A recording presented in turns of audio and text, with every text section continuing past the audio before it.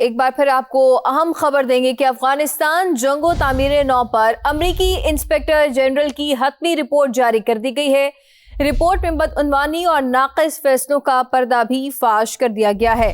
Report کے مطابق امریکہ نے 20 برسوں میں افغانستان کی تعمیر نو کے لیے مجموعی طور پر $144 ارب سے زائد مختص کیے، جن میں سے $137 ارب خرچ کیے گئے۔ یہ اخراجات دوسری جنگ عظیم کے بعد یورپ کی بحالی کے لیے بنائے گئے مارشل پلان سے بھی زیادہ تھے۔ اس کے علاوہ جنگی کارروائیوں پر امریکہ نے $763 ارب اضافی خرچ کیے ہیں۔ رپورٹ میں یہ بھی انکشاف کیا گیا ہے کہ دوحہ مذاکرات میں افغان حکومت کو نظر انداز کرنا ریاستی کمزوری کا باعث بنا۔ افغان حکومتوں میں بدعنوانی تعمیر نو کی راہ میں سب سے بڑی رکاوٹ ثابت ہو چکی ہے، جبکہ سیکیورٹی اداروں میں ہزاروں گھوش ملازمین بھی موجود ہیں۔ اس کے ساتھ ساتھ یہ بھی انکشاف ہوا ہے کہ ایندھن کی بڑے پیمانے پر چوری ہوتی رہی ہے۔ رپورٹ میں یہ بتایا گیا ہے کہ امریکہ نے افغان سیکیورٹی فورسز پر $90 ارب خرچ کیے۔ اس کے باوجود افغان فورسز غیر ملکی افواج پر انحصار ختم نہیں کر سکیں۔ امریکی انخلا کے فوراً بعد افغان فورسز تیزی سے بکھر گئیں۔ رپورٹ کے مطابق افغان فورسز کے لیے 147,000 گاڑیاں، ہزاروں ہتھیار، 4,27,000 اسلحہ کے یونٹس اور 162 طیارے فراہم کیے گئے۔ تاہم انخلا کے بعد $7 ارب مالیت کا اسلحہ افغانستان میں ہی چھوڑ دیا گیا۔ رپورٹ میں انکشاف ہوا ہے کہ انسداد منشیات پروگرام پر $7 ارب خرچ کیے گئے، مگر یہ پروگرام ناکام رہا۔ کرنل ریٹائرڈ عابد لطیف صاحب ہمیں جوائن کر چکے ہیں، ان سے بات کرتے ہیں۔ عابد صاحب بہت شکریہ، آپ نے سما کو وقت دیا۔ عابد صاحب، یہ رپورٹ سامنے آئی ہے جس میں یہ واضح طور پہ کلیئر کر دیا گیا ہے کہ جتنے بھی پیسے دیے گئے افغانستان کو اس کی عوامی فلاح و بہبود کے لیے، تعمیر نو کے لیے، وہ عوام پر تو نہیں خرچ ہو سکے لیکن بدعنوانی، کرپشن کے نظر ضرور ہو گئے۔ جی شکریہ لائن پہ لینے کے لیے۔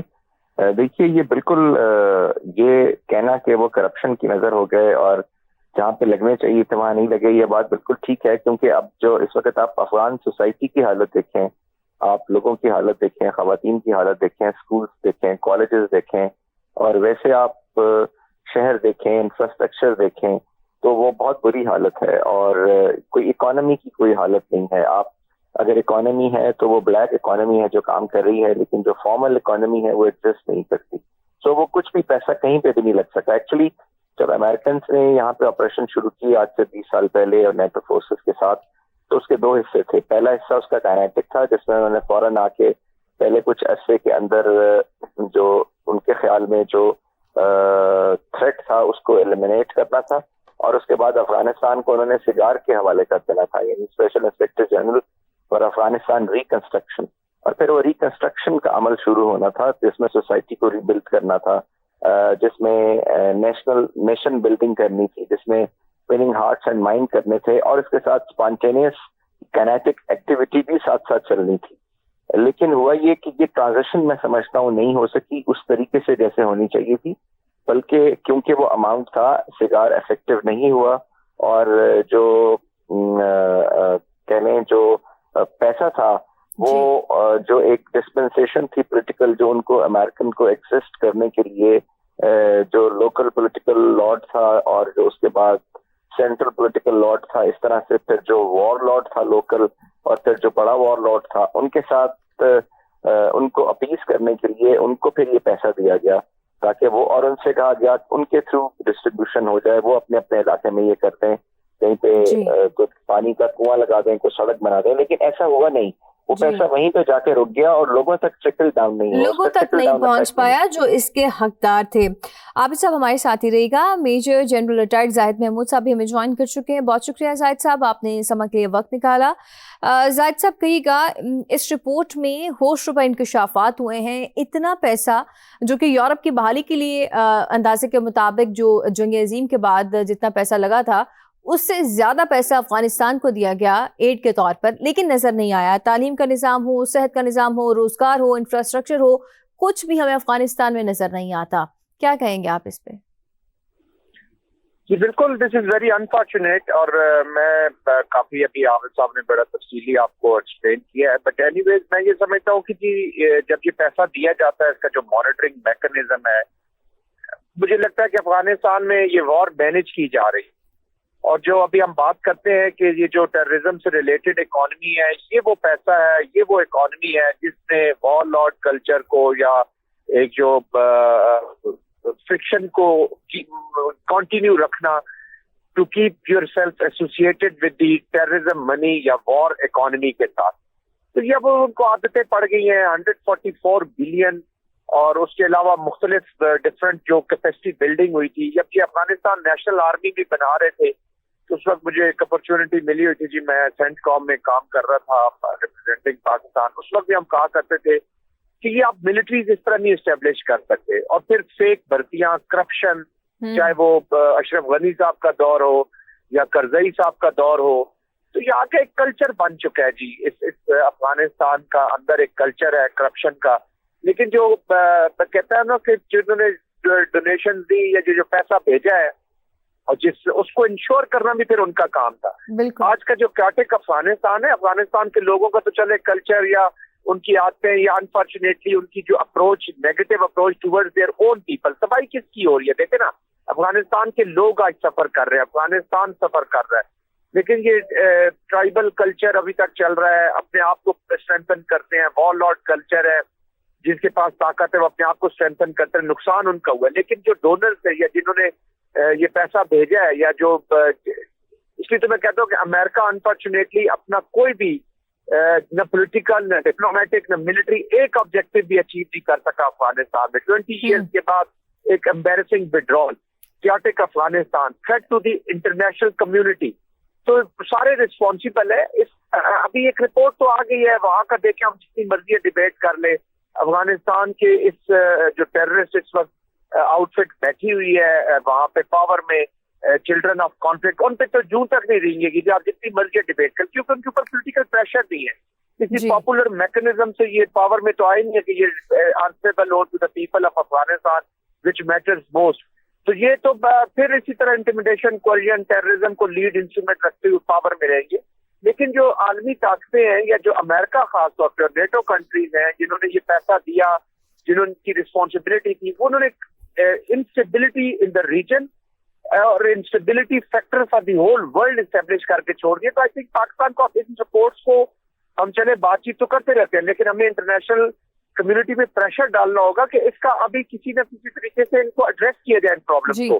$7.1 بلین کا اسلحہ وہاں پہ پڑا ہوا ہے, لاجسٹکس پڑی ہوئی ہے, وچ از اے تھریٹ. اور پاکستان کو تو ایگزسٹینشل تھریٹ ہے جی, کیونکہ وہ ہمارا جو پراکسی اسپانسر ہے اس کا ہمارا جو مین اینیمی ہے انڈیا. اور زاہد صاحب ایڈنگ ٹو اٹ, پاکستان تو کئی بار یہ کہہ بھی چکا ہے انٹرنیشنل فورمز کے اوپر کہ وہ اسلحہ پاکستان میں ہی دہشت گردی کے لیے استعمال کیا جاتا ہے افغانستان کی طرف سے.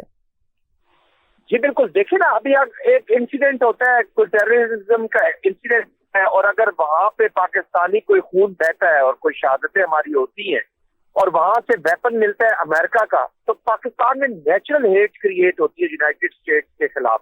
بالکل. اور جتنی مرضی آپ ایفرٹ کر لیں, پریکٹیکلی آن گراؤنڈ آپ کو چیزیں کرنی پڑیں گی. میں جیسے کہہ رہا ہوں کہ افغانستان نیشنل آرمی کی میں بات کر رہا تھا, بیچ میں ادھوری رہ گئی کہ جب اس کو کریٹ کر رہے تھے, اسٹیبلش کر رہے تھے, تو ہم اس وقت بھی یہ پوائنٹ دیتے تھے کہ یہ اس طریقے سے ملٹری کلچر کے ساتھ ڈیولپ ہوتی ہے. یہ بیٹھے بیٹھے آپ فوجیں نہیں کھڑی کر رہے کہ جی آج آپ کرنل ہیں, آج آپ میجر ہیں, آج آپ ایک بالکل ایک پورا ایک پروسیجر ہوتا ہے, پورا ایک وے آؤٹ ہوتا ہے. عابد صاحب ہمارے ساتھ ہی رہیے گا, بات کرتے ہیں, جوائن کیا ہوا تھا عابد صاحب سے, دوبارہ بات کرتے ہیں. عابد صاحب آپ بتائیے گا, زاہد صاحب آئی ریکویسٹ آپ ہمارے ساتھ ہی رہیے گا. یہ جو پورا نظام ہے, جتنا بھی ایڈ دیا گیا, جتنا بھی فیسیلیٹیٹ کرنے کی کوشش کی گئی امریکہ کی طرف سے, لیکن اس کے بعد کوئی ترقی تو نظر نہیں آئی. اب آپ کو لگتا ہے کہ امریکہ کوئی اس کے اوپر سٹیپ لے گا اور اس فیسیلیٹیشن کو کسی حد تک روک پائے گا؟ جی دیکھیں, جیسے ابھی جنرل زاہد بات کر رہے تھے کہ آرمی جو ہے وہ ایوالو ہوتی ہیں. آپ آرمی ایک دم سے جو کسی اسکیفولڈ یا, کیونکہ آرمی ایک مونولیتھ ہوتا ہے, ڈسپلن مونولیتھ, اس کو آپ ایک دم نہیں کھڑا کر لیتے. اب ہوا افغان آرمی میں بھی کیا تھا, جو امریکن انفلوئنس تھا وہ outside their military camps بہت کم تھا, اور تو وہ کیا کرتے تھے, وہ وار لارڈس کی ڈیوٹی رکھتی تھی کہ وہ اتنے بندے لے کے آئے, وہ ان میں بھرتیاں کرواتے تھے, وہ بھرتیاں ہوتی تھیں ان کے تھرو. پھر وہ ایک اسٹرکچر بنانے کی کوشش کی گئی, پھر ان کو ویپنری دی گئی کہ وہ جس کو ابھی ہم بھگت رہے ہیں, کیونکہ کوئی 5 لاکھ سے زیادہ تو MI16 رائفلس ہیں جو ادھر پورے ریجن میں پھر رہی ہیں, اور بھی بہت سارا اسلحہ ہے. تو دیکھیے ہوا کیا, پھر جیسے ہی افغان امریکہ واپس گیا اور اس سسٹم کا میلٹ ڈاؤن ہوا, افغان آرمی بھی اسی دن میلٹ ڈاؤن کر گئی. تو یہ دیکھیں ہوتا یہ ہے کہ اسی طریقے سے اسٹیٹ بھی ایوالو ہوتی ہیں. پہلے جو ہے ایک قبیلہ بنتا ہے, پھر اس کے بعد ایک قصبہ بنتا ہے, پھر شہر بنتے ہیں, پھر اس کے اوپر حکومت آتی ہے, پھر وہ حکومت جو ہے وہ اسٹیٹ بناتی ہے. لیکن اب آپ نے کہا کہ امریکنز کیا کریں گے, ان کو کیا انٹرونشن کرنی چاہیے. دیکھیں یہ ساری کی ساری چیزیں جو اس میں سوسائٹل اسپیکٹ ہوتے ہیں, کلچرل اسپیکٹ ہوتے ہیں, اور جیسے زاہد نے بھی بالکل ٹھیک کہا کہ وہ سوشلی بھی یہاں پہ ان کا فیلئر تھا, ملیٹریلی بھی فیلئر تھا, اکنامکلی بھی فیلئر تھا, کیونکہ آپ جن ہاتھوں کو فیڈ کر رہے تھے وہ ہاتھ آگے ٹرکل ڈاؤن افیکٹ کریٹ نہیں کر رہے تھے.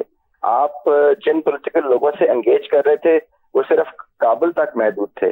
آپ جن وار لارڈس کے ساتھ, جن نان اسٹیٹ ایکٹرز کو انگیج کر رہے تھے اور جن عام گروپ کو مزید آرمڈ کر رہے تھے, اب وہ پورے ریجن کے لیے ایک ایشو بن گئے. سو اب اس کا اب اگر کوئی اس کی سولوشن ہے یا اس کا سولوشن کیا ہو سکتا ہے, تو میرے خیال میں اب ہمیں یہ انورس میکینزم کے تھرو افغانستان کو میرا خیال ہے ٹیکل کرنا پڑے گا.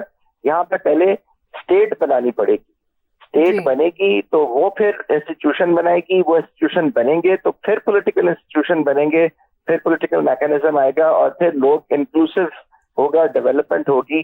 یعنی جو 60s کا افغانستان تھا اس کو واپس لانا پڑے گا, اور اس کے لیے جو اسٹیٹ بلڈنگ میسو ہوگی اور لوگ ریپرزینٹیو ہوں گے, آل انکلوسو گورنمنٹ ہوگی, تب یہ ہو سکتا ہے. خالی کابل میں بیٹھ کے اس رجیم کے تھرو نہیں ہو سکتا جو کہ خود اگین وار لارڈس پہ ڈیپینڈنٹ ہے, اور ایک کیوس نہ صرف انٹرنلی برپا کیا ہوا ہے بلکہ اس ریجن کو بھی کیوس نکالا ہوا ہے. بہت اہم پوائنٹ آپ نے کہا ہے. زاہد صاحب سے بھی ان کی رائے جانتے ہیں. زاہد صاحب آپ بتائیے گا, رجیم چینج کا سوال تو یقینی طور پر ان چیزوں کے بعد اٹھتا ہی ہے, وہ کتنا ضروری ہے, اور اس کے ساتھ ساتھ اب امریکہ کس حد تک ان معاملات میں انوالو ہو سکتا ہے, کیا ان کی ایڈ روکی جا سکتی ہے؟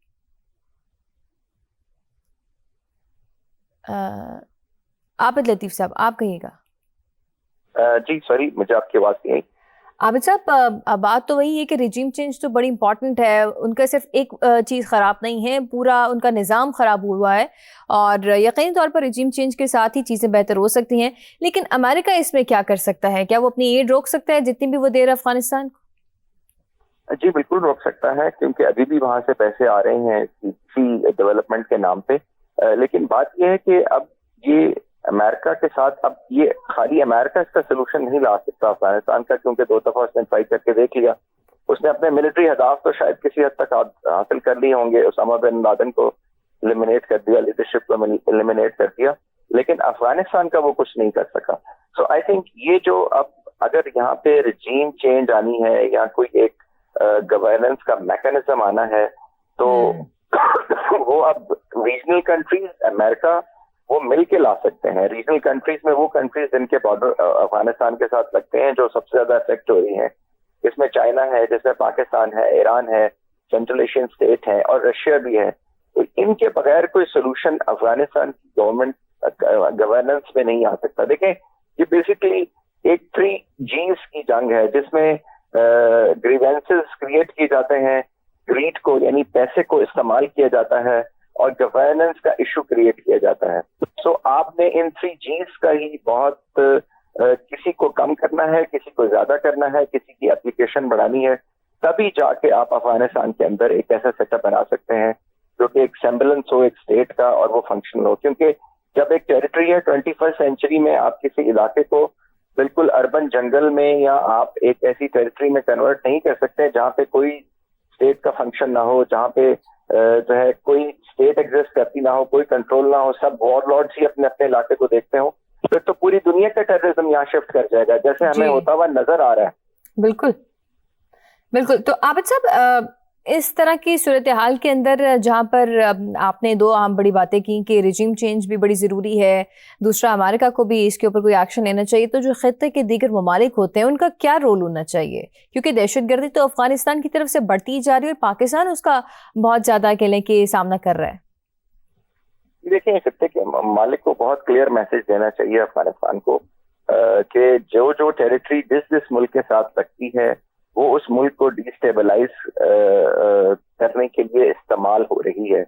تو افغان جو میکینزم اس وقت جو بھی وہاں پہ ہے افغان رجیم کے تھرو، ان کو یہ ریئلائز کرنا چاہیے کہ اگر وہ ایسا نہیں کریں گے تو وہ ساری کنٹریز پھر حق بچانے پہ کہ وہ اپنے ساتھ لگنے والی جو ٹیریٹری ہے اس کو وہ بالکل ٹھیک کہہ رہے ہیں آپ. عابد صاحب ہمارے ساتھ رہیے گا. وفاقی وزیر احسن اقبال صاحب نے ہمیں جوائن کیا ہے. بہت شکریہ احسن صاحب، آپ نے وقت دیا سما کو.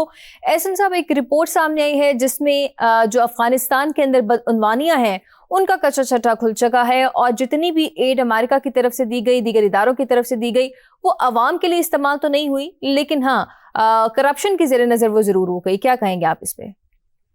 جی، میں سمجھتا ہوں کہ یہ رپورٹ بہت سنگین حقیقت پر پردہ اٹھاتی ہے کہ افغانستان کے اندر، جیسے کہ آپ کو معلوم ہے کہ جو امریکہ نے جنگ لڑی اس کے نتیجے میں کئی سو ارب ڈالر آئے، اور اس میں جس سطح کے اوپر بدعنوانی ہوئی اس نے وہاں پہ ملیشیاز کو اور نان اسٹیٹ ایکٹرز کو بہت طاقتور کیا.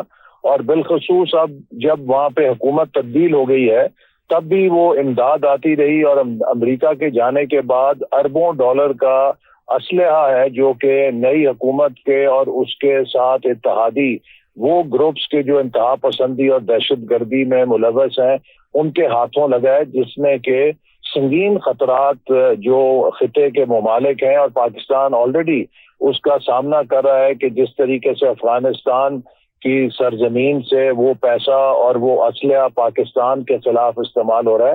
تو یہ ایک بہت سنگین علاقائی خطرہ ہے جس کی طرف یہ توجہ رپورٹ دلاتی ہے، اور میں سمجھتا ہوں کہ انٹرنیشنل کمیونٹی کو اس حوالے سے اب نوٹس لینا چاہیے. اور چونکہ اس خطے کا امن اس بات پر اس کا انحصار ہے کہ جو اسلحہ امریکہ یہاں چھوڑ کر گیا ہے کیا اس کو واپس لیا جاتا ہے، یا کس طریقے سے ان گروہوں کو کنٹرول میں لایا جاتا ہے کہ جو اس اسلحے کے ساتھ پاکستان کے اندر کھلم کھلا دہشت گردی میں ملوث ہیں، اور ان کو افغانستان کی سرزمین سے سرپرستی مل رہی ہے، حمایت مل رہی ہے. یہ ایک سنگین علاقائی امن کے لیے خطرہ ہے.